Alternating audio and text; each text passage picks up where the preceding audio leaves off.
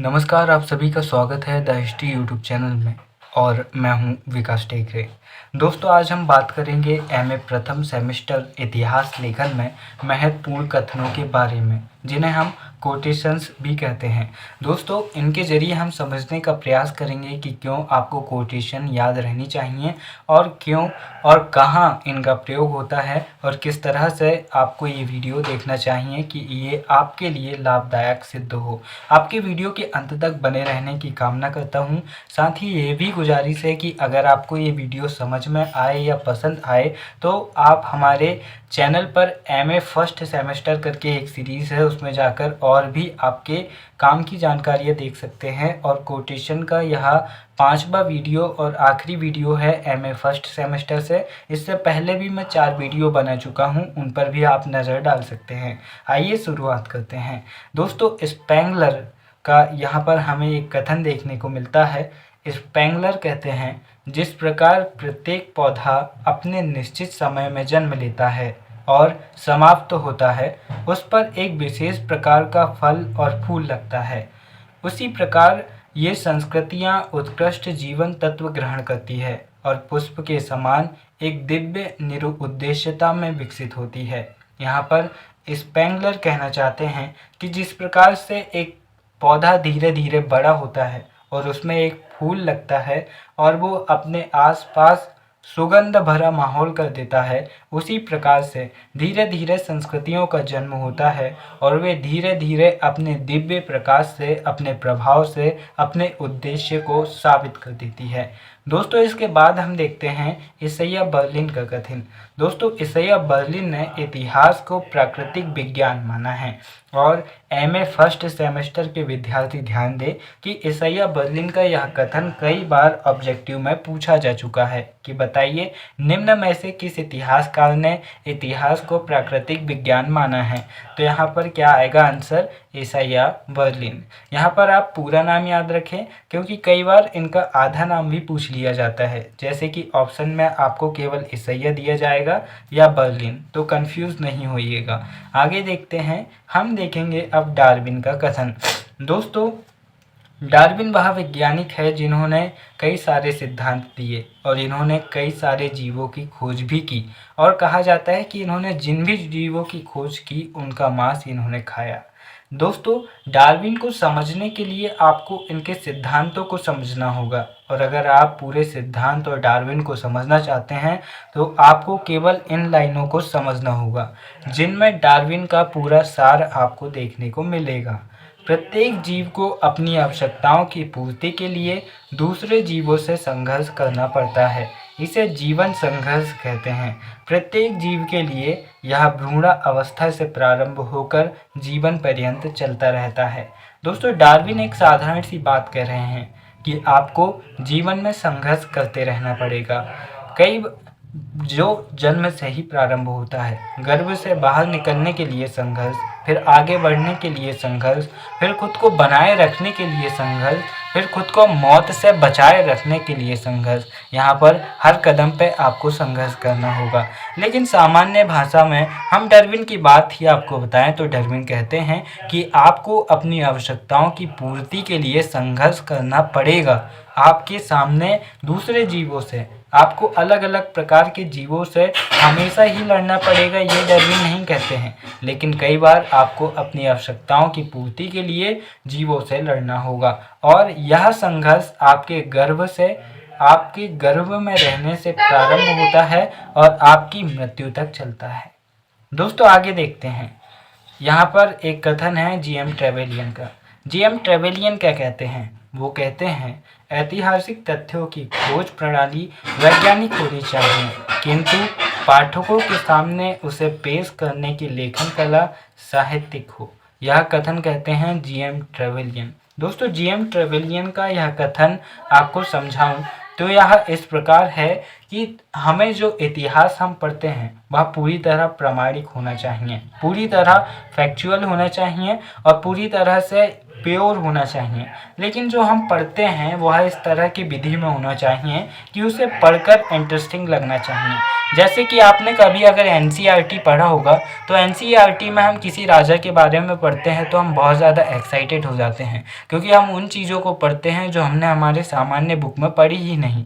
लेकिन जो हमारा कॉलेज एजुकेशन है या फिर स्कूल है, नॉर्मल वाला एमपी बोर्ड या फिर नॉर्मल आपका स्टेट बोर्ड, तो उसमें इतना ज़्यादा डिटेल में नहीं देते हैं। और शिवलाल अग्रवाल अगर आपने पढ़ी होगी उनकी बुक, तो हर बुक में आपको इतिहास एक सा ही नज़र आएगा, उसमें कुछ नया सा पन नहीं रहता है और साधारण से डाटा आपके सामने उठाकर फेंक देते हैं, जिसके कारण आप उस चीज़ को ज़्यादा इंटरेस्टिंग नहीं ले पाते हैं और आप उसे ज़्यादा नहीं जान पाते हैं। यहाँ पर जीएम ट्रेवेलियन कहते हैं कि इतिहास को भैया बिल्कुल प्योर और बिल्कुल साक्ष्य सहित प्रस्तुत करो, लेकिन उसे प्रस्तुत ऐसा करो कि पढ़ने वाला उसे पढ़कर मंत्रमुग्ध हो जाए, उसे पढ़कर बहुत अच्छा लगे। इसके बाद कवि फिरदौसी भी कहते हैं, जिस वस्तु का इतिहास विवरण देता है, जिस वस्तु का इतिहास विवरण देता है उसे कविता चित्रित करती है। यानी कि जिसके बारे में भी इतिहास लिखा गया उसके बारे में कविता भी लिखी गई। यानी कि जहाँ पर इतिहास है वहाँ पर साहित्य भी है। और इस बात को समझने के लिए आपको भारत में एक साहित्यकार या फिर एक इतिहासकार के बारे में जानना होगा, जिनका नाम है राहुल सांस्कृत्यायन, और जिनकी रचनाएं हमें हिंदी साहित्य में भी देखने को मिलती है। दोस्तों, राहुल सांस्कृत्यायन ने बोलगा से गंगा, मध्य एशिया का इतिहास, कनेला की कथा, विदोदास, सिंह सेनापति, मधुर स्मृति, विस्मृत यात्री और जय यध्वय जैसे कालजयी रचनाओं को लिखा है। दोस्तों, उनकी जो प्रमुख रचना है बोलगा से गंगा, मध्य एशिया का इतिहास और कनेला की कथा, इन्हें आप अच्छे से याद कीजिए, क्योंकि ये नेट, एमपीपीएससी, यूपीएससी जैसे बड़े बड़े एग्जाम्स में भी पूछी जा चुकी है। क्योंकि इनके बारे में सुनकर आपको आश्चर्य होगा कि बोलगा से गंगा जब लिखी गई तो शुरुआती समय में जब इसका ट्रांसलेट नहीं हुआ था, तो इतिहासकारों में इसे पढ़ने की इतनी ज़्यादा एक्साइटेड क्या कहते हैं उसे, इतना ज़्यादा एक्साइटमेंट, जो भी कहते हैं, इतनी ज़्यादा उत्सुकता थी कि उन्होंने हिंदी भाषा सीख ली। मध्य एशिया का इतिहास, इसके लिए राहुल सांस्कृत्यायन को अकादमिक पुरस्कार से नवाजा गया और कनेला की कथा भी इनका ऐतिहासिक ग्रंथ काफ़ी प्रसिद्ध हुआ। बोलगा से गंगा में उन्होंने तकरीबन 8000 वर्षों के इतिहास को लिखा था। दोस्तों, राहुल सांस्कृत्यायन जीएम ट्रेवेलियन की बात को सही सिद्ध करते हैं। उन्होंने इतिहास के तथ्यों को तो पूरी तरह प्रामाणिक रखा, लेकिन उसे पेश करने की, उसे प्रस्तुत करने की जो शैली है उसे साहित्यिक रूप में रखा, जिसके कारण जब भी कोई इनके ग्रंथों को पढ़ता है तो उसे बहुत अच्छा लगता है। आइए अब आगे देखते हैं। यहाँ पर पोलिबियस का आपको एक कथन देखने को मिलेगा। पोलिबियस कहते हैं, अतीत का वर्तमान में सातत्य ही इतिहास है। इसके बाद कालिंगवुड का कथन देखते हैं। कालिंगवुड कहते हैं, इतिहास रोमन ऐतिहासिक अवधारणा का मरुस्थल है। ये पोलिबियस के विषय में कहते हैं।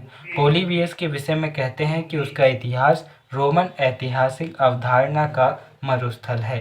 यह कालिंगवुड का कथन है। दोस्तों, इसके बाद हम एक इतिहासकार के बारे में जानेंगे जो है सुमच हियन, जिनका कार्यकाल या जीवन काल रहा 145 से 90 ईसा पूर्व, और इन्हें चीनी इतिहास लेखन की परंपरा का प्रथम इतिहासकार माना जाता है।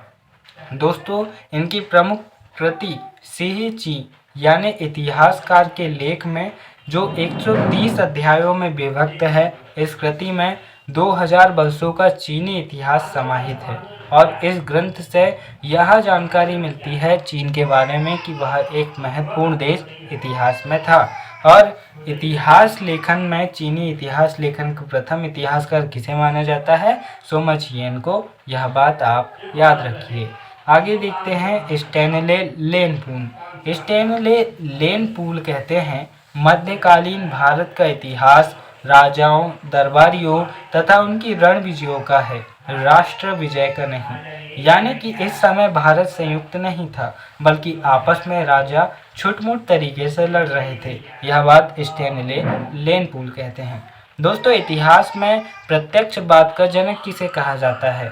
तो जनक कहा जाता है ऑगस्टस काम्टे को। दोस्तों, ऑगस्टस काम्टे से जुड़ी एक महत्वपूर्ण बात मैं आपको बताता हूँ। आप इतिहास लेखन में एनल्स परंपरा के बारे में भी पढ़ेंगे, जो फ्रांस की परंपरा है। एनल्स परंपरा जो 1930 के दशक में प्रारंभ हुई। दोस्तों, जो इसके संस्थापक सदस्य थे वह इमाइल दुर्खीम से प्रभावित थे, जो कि इतिहास के एक प्रसिद्ध समाजशास्त्री और इतिहासकार रहे। जो इमाइल दुर्खीम थे वह आगस्टस काम्टे से प्रभावित थे। इस प्रकार से आप देख सकते हैं कि किस प्रकार प्रत्यक्षवाद फ्रांस में और विश्व में आगे बढ़ा। दोस्तों, जो प्रत्यक्षवाद से प्रभावित होकर बनी एनल्स परंपरा या एनल्स एकेडमी है, उसका उद्देश्य था कि इतिहास में प्रत्यक्षवाद लाया जाए, यानी कि छोटी छोटी चीज़ों का भी इतिहास होना चाहिए। जैसे कि हम भारत में देखते हैं कि यहाँ पर बड़े बड़े राजा महाराजाओं का तो बहुत अच्छे से इतिहास मिल जाता है, लेकिन सामान्य लोगों का इतिहास नहीं मिलता। अगर मैं ये देखना चाहूँ कि मध्य प्रदेश में 1000 साल पहले कौन सा वंश शासन कर रहा था, तो मुझे मिल जाएगा। लेकिन अगर मैं ये देखना चाहूँ कि 1000 साल पहले मध्य प्रदेश की सामाजिक व्यवस्था कैसी थी, तो मुझे नहीं लगता कि उतने स्पष्ट तरीके से हमें इतिहास में जानकारी मिलेगी। तो ये समस्या को दूर करने का नाम है प्रत्यक्षवाद या एनल्स परंपरा।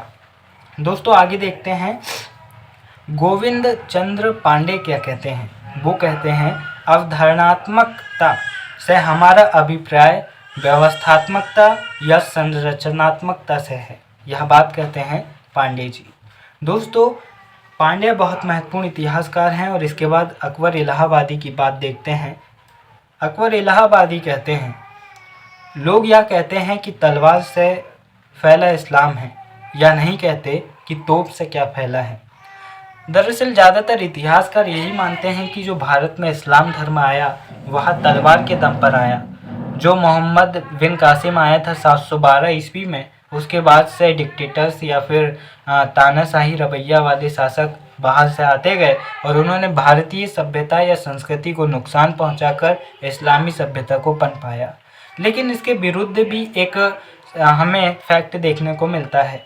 जब ये आक्रमण करने नहीं आए थे, उससे पहले ही 627 ईस्वी में केरल में भारत या मध्य एशिया के बाहर बनने वाली विश्व की पहली मस्जिद चेरामन जुमा मस्जिद बन चुकी थी। यानी कि भारत में आक्रमण करने से कई साल पहले ही भारत में इस्लाम का प्रभाव आ चुका था। हालांकि यह शांतिपूर्ण व्यवस्था से दक्षिण भारत में पनप रहा था, लेकिन यह भी कहना गलत नहीं होगा कि इस्लामी शासकों ने हिंदू जनता या फिर गैर मुस्लिम जनता पर यह कई बार दबाव बनाया कि वे इस्लाम को स्वीकार कर ले। लेकिन अकबर इलाहाबादी की यह बात भी बहुत महत्वपूर्ण है कि लोग यह कहते हैं कि तलवार से फैला इस्लाम है, लेकिन तोप से क्या फैला है। यह बात बहुत इंटरेस्टिंग है। दोस्तों, पंडित जवाहरलाल नेहरू क्या कहते हैं। वो कहते हैं, जब ज्ञान विज्ञान साहित्य एवं कला के क्षेत्र में अद्भुत विकास हो जाए तो बुद्धिवादी युग का पदार्पण हो जाता है। यानी कि जब लोगों के पास अच्छा ज्ञान हो, विज्ञान हो और उनके पास साहित्य और कला का भी नॉलेज हो, तो एक बुद्धिवादी या फिर एक नॉलेजेबल सोसाइटी की स्थापना होती है। दोस्तों, अब मैं आपको बता दूं कि आपको क्यों पढ़ना चाहिए ये, या फिर ये आपके लिए कहाँ कहाँ काम आएंगे। जैसे कि 1 नंबर के ऑब्जेक्टिव में यह आपके लिए कॉलेज एग्ज़ाम से लेके एमए के एग्ज़ाम से लेके नेट हो या फिर एमपीपीएससी हो या फिर यूपीएससी हो, जहाँ भी हिस्ट्री पूछा जाता है वहाँ पर ये लाइनें आपको पूछी जा सकती हैं। जैसे कि आपसे पूछा जा सकता है कि बताइए, लोग यह कहते हैं कि तलवार से फैला इस्लाम है, या नहीं कहते कि तोप से क्या फैला है, यह कथन किसका है। आप भूल जाएंगे, लेकिन अगर आपने आज पढ़ लिया है तो आपको याद रहेगा कि यह कथन अकबर इलाहाबादी का है। इसी का एक दूसरा उदाहरण आपको बड़े प्रश्नों में भी पूछा जाएगा। जैसे कि 5 नंबर में पूछा कि बताइए भारत में इस्लाम का प्रसार किस प्रकार हुआ। अब आप सोच रहे होंगे कि उसका इससे क्या संबंध। बहुत बड़ा संबंध है। जब आप पूरा विवरण देने के बाद में आखिर में लिखेंगे कि लोग यह कहते हैं कि तलवार से फैला इस्लाम है, या नहीं कहते कि तोप से क्या फैला है, अकबर इलाहाबादी का यह कथन बहुत ज़्यादा सारगर्भिकता प्रदान करता है। अकबर इलाहाबादी के शब्दों में हम ये कहें कि बहुत ज़्यादा लोग कहते हैं कि इस्लाम जो है वह आक्रांताओं के रूप में आए हैं, जबकि ऐसा नहीं है कि इस्लाम एक संस्कृति के रूप में दक्षिण भारत से भारत में पहले ही प्रवेश कर चुका था। इस प्रकार से आप इस्लाम के बारे में काफ़ी कुछ लिख सकते हैं 5 मार्कर में। जब आप यह कथन 5 मार्कर में लिखेंगे तो आपका जो आंसर है वह बहुत ज़्यादा अट्रैक्टिव बन जाएगा, बहुत ज़्यादा प्रभावशाली बन जाएगा। दूसरे कोटेशन से मैं आपको समझाऊं कि इतिहास में आपसे पूछा गया कि बताइए इतिहास और साहित्य में सह संबंध बताइए। इतिहास लेखन में यह सिलेबस में आता है, इतिहास और साहित्य में सह संबंध बताइए। तो उसके लिए आप जीएम ट्रेवेलियन का यह कथन यूज़ कर सकते हैं ब्लैक पेन से बहुत अच्छे से। आपका आंसर बहुत अट्रैक्टिव लगेगा और आपको बहुत अच्छे नंबर भी मिलेंगे। और साथ ही यूपीएससी जैसे बड़े एग्ज़ाम में जब 5 मार्कर या 10 मार्कर में क्वेश्चन पूछा जाता है तो आप इन कोटेशन का इस्तेमाल अपने आंसर को बढ़ाने में भी कर सकते हैं। इस तरह से यह हमारा वीडियो ख़त्म होता है और वीडियो के अंत में बस इतना ही कहना चाहूँगा। बैरन डे मॉन्टेस्क्यू क्या कहते हैं? वो कहते हैं कि बेकार के कानूनों की वजह से ज़रूरी कानून भी कमज़ोर हो जाते हैं। कई बार ज़्यादा ज्ञान या फिर ज़्यादा कानूनबाजी करना भी सही नहीं होता। जैसे कि कुछ देश ऐसे होते हैं कि जिनमें इतने ज़्यादा कानून होते हैं कि कई बार लोग कानून में ही उलझकर अपनी पूरी ज़िंदगी खपा देते हैं, लेकिन उन्हें न्याय नहीं मिल पाता। जैसे कि कुछ हद तक हमारे देश के बारे में, हमारा विश्व में सबसे बड़ा लिखित संविधान है, लेकिन कठोर हर प्रकार से न होने के कारण कई बार न्याय मिलने में उम्रें बीत जाती है। तो इस प्रकार से आपको अंत में बस इतना ही कहना चाहूँगा कि हमारे साथ जुड़िए, चैनल को सब्सक्राइब कीजिए और फिर मिलेंगे अगले वीडियो में। जय हिंद, नमस्कार।